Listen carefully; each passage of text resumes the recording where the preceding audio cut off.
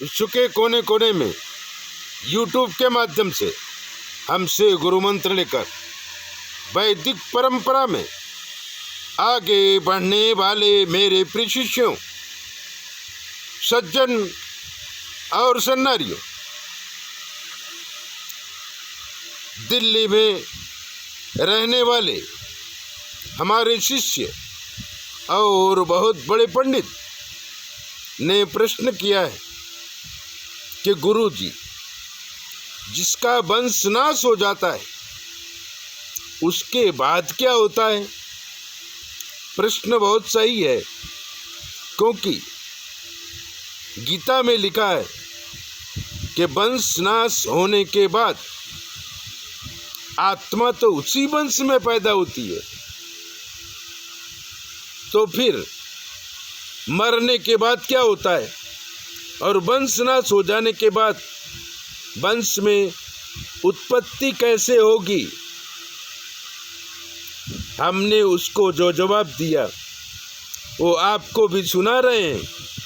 सुन लीजिए कि वंश नाश होने के बाद क्या होता है। जब हमारे जन्म के कर्म और पाप का घड़ा भर जाता है तब हमारा वंश नहीं बढ़ता। इसे पितर दोष कहा जाता है। पितर दोष लगभग लोगों को होता है। उसका निवारण भी कई प्रकार का है। पितृदोष का निवारण कर हम पितृदोष से मुक्त हो सकते हैं, लेकिन धर्म कर्म को न मानना, नीति नियम से न रहना, वेदों की बातें न मानना, गाय, ब्राह्मण, साधु, संतों और स्त्रियों की हत्या करना भी बहुत बड़ा पितृदोष है। ऐसे बड़े पितृदोष से ही वंश नाश होता है। तब क्या होता है? क्योंकि आत्मा तो अमर है, तब जीव आत्मा किसी न किसी रूप को धारण कर पृथ्वी पर आती है। पुराणों में हमने पढ़ा है कि वंश नाश से बचने के लिए दिव्य पुरुषों से वीर्यदान लेकर वंश चालू रखने की प्रक्रिया प्रचलित थी। आदिकाल से ये प्रथा चली आ रही है।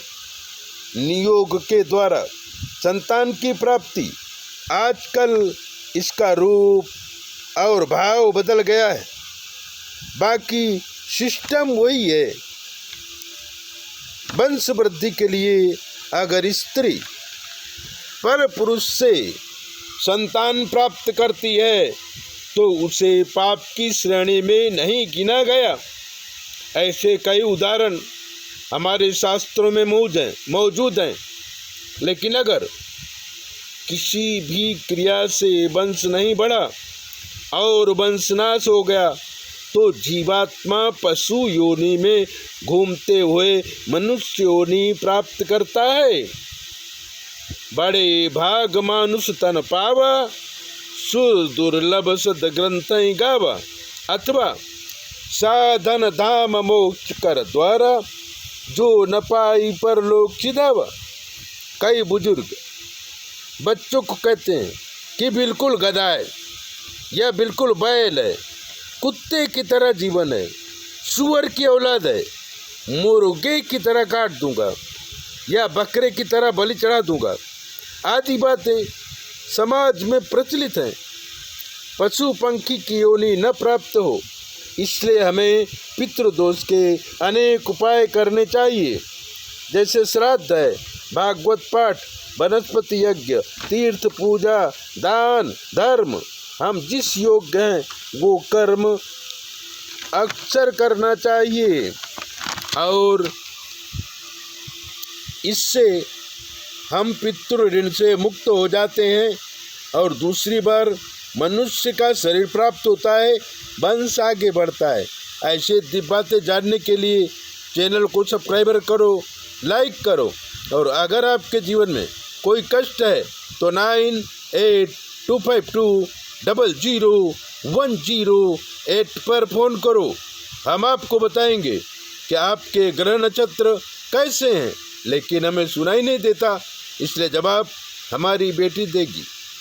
और अगर कहीं अटक गई तो हमसे पूछ लेगी। जय भोले, अपना ध्यान रखो।